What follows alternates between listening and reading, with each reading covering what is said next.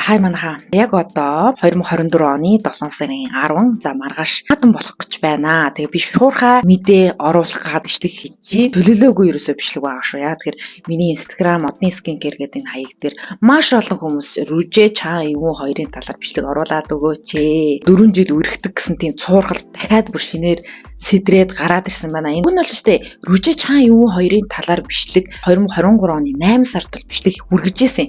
Гэтэ тухайн үед би хөдөө явжсэн учраас бичлэгийн чанар аудио чанар муу байсан учраас би саяхан устгацсан байжсэн чинь ийм цурхал дахиад шинээр 4 жил үерхсэн гэсэн цурхал гараад ирж байгаа байхгүй юу. Зарим хүмүүс юу Рүжэ юм болоо гэд бодож магадгүй.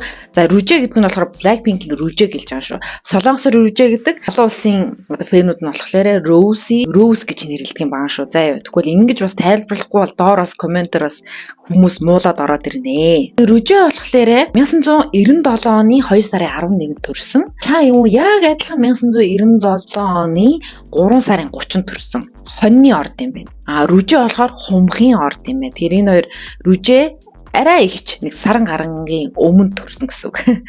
За тэгээд энэ талаар бас би хэлгэж бодсон. За дараах нь болохоор за ер нь энэ цуурхал анх яаж гарч ирвэ гэхээр 2023 оны Coachella Festival дээр Blackpink хамтлагийн гол одоо артистаар үзүүлбэр үзүүлснэг бол та нар мэдж байгаа. Pink Chella гэдэг маш том гэрэлний урд дууд ингээд тэ бүжигчтэйгээ дуучтайгаа найз гэр бүлийнхэнтэй ч гэдэг юм ингээд зураг ингээд маруулсан байсан шүү дээ. Ингээд гэрэн дээр чинь Pink Chella гэдэг энэ гэрэлний урд чаа юу явж яасан хүмүүстэй зураг даруулсан. Гэхдээ Рүжэтэй бол хамт зураг даруулаагүй шүү санагдчихэв. Хамгийн гол нь чаа юу тиймд одоо юу хийж яваа болоо. Энэ цуурхлыг юусоо үүсгэх гол шалтгаан бол тэр байсан байхгүй. Coachella Festival чинь тайзны ард бол маш их харуул хамгаалт ихтэй байгаа. Хэр баргийн хүнийг тийш нэвтрүүлж оруулахгүй. Чаа юуг нэвтрүүлж оруулж ийна гэхээр магадгүй чаа юу тэний хараагаар одоо урилгаар орсон байж магадгүй. Тэгэхээр Рүжэгийн найз залуу байж магадгүй. Энэ зургнаас болоод ерөөсөө хүмүүс чаа юу Рүжэ хоёр үргэлтэй юм байна гэсэн тийм зургал гарсан. За тэгээд дараа Coachella Festival дээр чаа юу нэг юм ирээн цамц өмсмэсэн шүү дээ. Ноогсон цамц.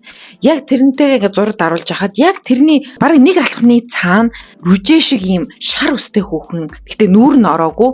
Үсний яг ингээ нурууны тал хэсэг нь орсон эмэгтэй зураг байсан. Тэгэхээр хүмүүс тэрийг юу гэсэн бэхээр дугуулад энэ Рүжэ яна гэд бас таам гэсэн. Энэ хоёр хамт байсан гэд тэ. За энэ ихт хоёр толхлоорэ задгаа нэг ойрхон газар хүргэж өгдөг. Тэр чи юу гэдгэлээ Таиландд бас байгаад байдаг нэг машин бидэн штэ. Тэн дотор суудсан байж байхдаа Coachella Festival-ийн байгаль орчин төр үзэгдлийг бол харуулсан байсан. Гадагтай фестивалд юу болж байгааг. Түг гэдэг. Тэр машинд ч түг. Яг тэр түг гэдэг машинд сууж байхдаа бичлэг хийсэн байсан. Рүжэ ч гэсэн бас бичлэг хийсэн байсан. За тэнгуут хүмүүс юу гэж бодсон бэхээр энэ хоёр нэг машинд суугаад хамтдаа нэг газраас нөгөө газар руу явсан юм байна. Үерхтэй юм байна гэсэн бас таамаглал гарсан. Ерөнхийдөө бол ингээ базаад ярихад бол Coachella Festival дээр энэ хоёр хамт байсан зургнууд зөндөө байж магадгүй гэсэн тийм таамаглал зурглуудыг бол оруулсан байсан. За окей, дараагийнх нь за хэдүүлээ маш шуурхай юмнаа. Францад байдаг нэг тийм музей юм шиг байна. Том толгойтой нэг эрэгтэй хүний баримл байсан. За тэрэн дээр чаа юу зураг даруулсан байсан, Рүжэ ч гэсэн зураг даруулсан байсан. Хүмүүс юу гэж ярьсан бэхээр за энэ хоёр хамт явж байгаа нь музейд очиод зураг даруулсан байна гэж бас бодоод байгаа. Гэтэ энэ дээр бол би жоохон няцаамаар байна. Энэ магадлал бол маш бага гэж бодож байна. Яг тэгэхээр энэ хоёр чинь хоёулаа дэлхийн том артист тэгээ дэлхийн хүмүүс ахгүй юу. Тэгэхээр чи хаач явсан хүн шууд хараал тань. Нүүрний масктай байсан ч тань, малгайтай байсан ч тань. Тэгэхээр тийм эрсдэлтэй зүйлийг бол тэр хоёр хамт явж байгаа л нэг нэгнийхээ зургийг дарна гэдэгт бол би уучлаарай үнэхээр яг итгэхгүй л байна. Хаа байсан олон улсын тэг гадаад хүмүүс чинь тэр Францад очихоор тэр музейд нь очин зарим л их сонин содон санагдах учраас тэрэн дээр зураг даруулмаар санагдана. Тэгэхээр би ч гэсэн Францад очисон бол тэнд очиод бас зураг даруулна шүү дээ. Тэгэхээр нэг газар ахуулчингуул энэ хоёр хамт байсан юм байна гэд тэрхий хоёр талын фэнүүд нь энэ хоёрыг нийлүүлчих гээд бас үзээд ээж бас болохгүй л гэж бодож байна. Парисын гудамжинд зураг даруулсан байсан шүү дээ.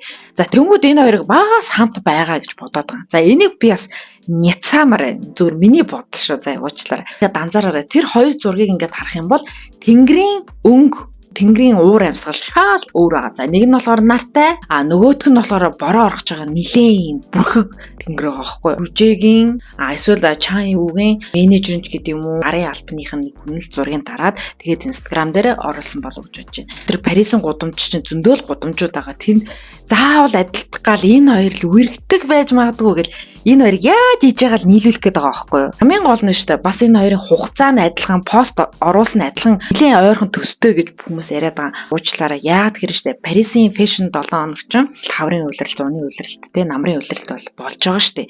Тэнгүүтээ тэр үед чинь яадаг вэ? Солонгосын K-pop артистууд болон алдартай жүжигчид бүгд одоо нэг өөрсдийнхөө амбассадор хийж байгаа бэлгийн брэндийнхаа фэшн 7 хоногт бол оролцох нь ойлгомжтой. Солонгосоос маш олон хамтлаг дуучид бол очиж байгаа. Тэнгүүд тэр өдөр очингууд хүн чинь мэдээж гудамжинд зураг даруулна, ойрхон постлоод оруулангууд энэ хоёр нийлцсэн юм байна. Энэ хоёр үргэлж чааж магадгүй гэсэн таамаглалыг хүмүүс үүсгээд байгаа. Тэрхий фантаз урам сэтгэмж ажиллаад байгаа болов уу гэж би зүгээр бодож байна. Тэгэл энэ зүгээр миний бодол шүү. За дараа нь болохоор ийм кафе дагуулсан зураг байна. Тэгэхээр гадаа ингээд зургаа даруулсан.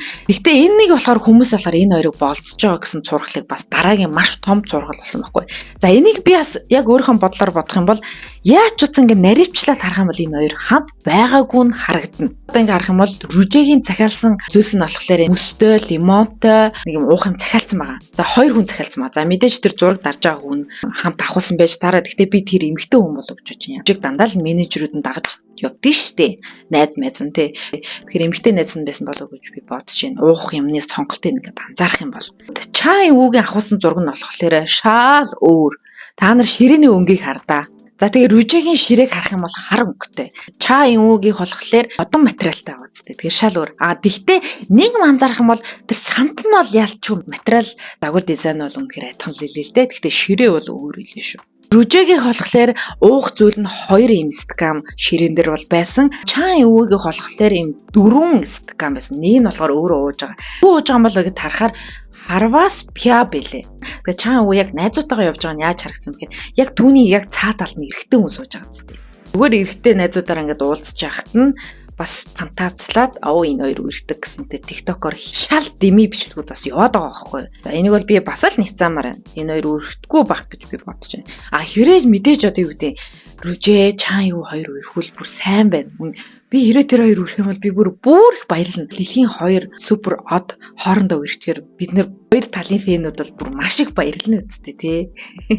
Тэгэхээр би бол хэрэг тэр хоёр үнэхээр үргэдэг бол баярлна. Нохоогоо ингээд салхилуулж байгаа нэг бичлэг байсан. Хүмүүс юу гэж бодсон бэхээр тэрт яг урт талд нь хар өмдтэй цагаан ийм оруулахтай бүүцтэй эмхтэй Рүжэ байна гэж андуураадсан. Рүжэ юм болов гэдэг тэр TikTok-ийн бичлэгийг нилээ ингээд бас ингээд тагнуулж яйтаа ингээд ойртуулаад харлаа. Тэгсэн чинь Рүжэ биш юм шиг надад санагцсан. Яа тэгвэл өмдний урт нь бол шал өөрөөсөн. Та юугаа оруулсан бичлэгэн дээр болохоор зүгээр ингээд хар өмд ийм шууд тарбицсан юм шиг юм өмд байгаад байдаг. Рүжэгийн өмд болохоор шар өөрөө байхгүй. Хамаагүй тэр хар өмдний юм сул ингээд газар шүргэн нилээн урттай байхгүй. Энэ хоёр эмэгтэй өмд нь бол шал өөр хэлээ шүү. Тэгэхээр би энэ хоёр өөр эмэгтэй. Магадгүй тэр чаан юугийн урт талд нь нэсэн эмэгтэй зүгээр л урт талд нь шал танихгүй эмэгтэй байсан байж бас болно. Эсвэл эрэгтэй эмэгтэй нь урт талд нь алхажсэн ч гэж болно. Хин мэдлээ те хин мэдлээ. За тэгээ яг нэмэлтээр биний зүгээр бодлоор өнгөрсөн жил бас Рүжэг Кандун хоёрыг үргэдэг гэсэн мэдээлэл бас явагдаад байсан шүү дээ. Тэр би баг энэ чаан өвгөөсөө илүү их магталтай гэж би бодож байгаа.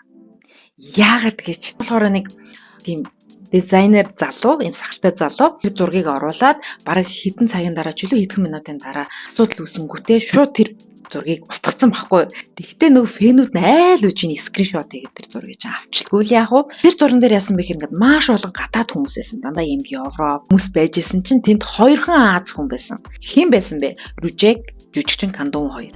Гэтэл Кандун тэнд юу хийж байгаа? Асуулт тэнд. Миний бодол шүү Кандун Рүжэ хоёр үргэлдэг байж магадгүй. Энэ бол магадгүй шүү. Үргэлдэг цуурхал бас нэлээд гарч ирсэн шүү дээ өнгөрсөн жил. Тэр үе чи одоо ингээд бодохоор шүү дээ Кандун 1981 онд төрсөн. Энэ жил 43 настай.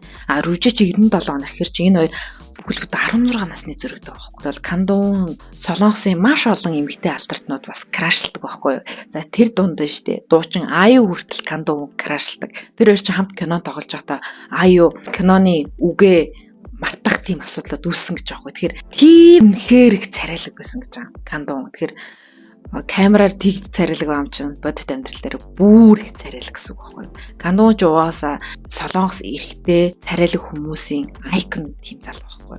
За тийм байна. Тэгээ та нараас үзэл бодлоос хуваалцаарай. Тэгээ одоо болохоор шөнө орой болсон байна.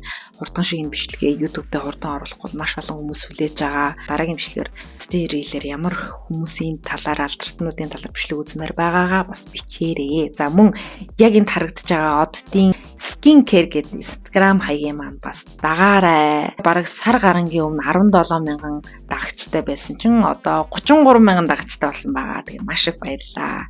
Үнэхээр баярлж байгаа шүү. Дараагийн бичлэгээр уулзцай. Баяртай. Үүнээс гадна чаа үүнийг тоглолтынхаа үеэр ийм rose гэдэг яг хажуу талдаа битсэн ийм цам зүмссэн байсан. Ард талд нь маш том ингээ rose битсэн байгаа байхгүй. За тэгтээ энийг болохоор хүмүүс найз охиныхоо нэрийг ингээд албаар битсэн байна гэж бас бодоод байгаа. Тэгтээ зүгээр миний бас бодлоор эн чин rose гэдэг чинь болохоор сарна гэсэн утгатай болохоор цаанаасаа ийм цамц байсан байж бас болно. Эсвэл зориуд найз охиныхоо нэрийг бас битсэн ч байж бас болох юм.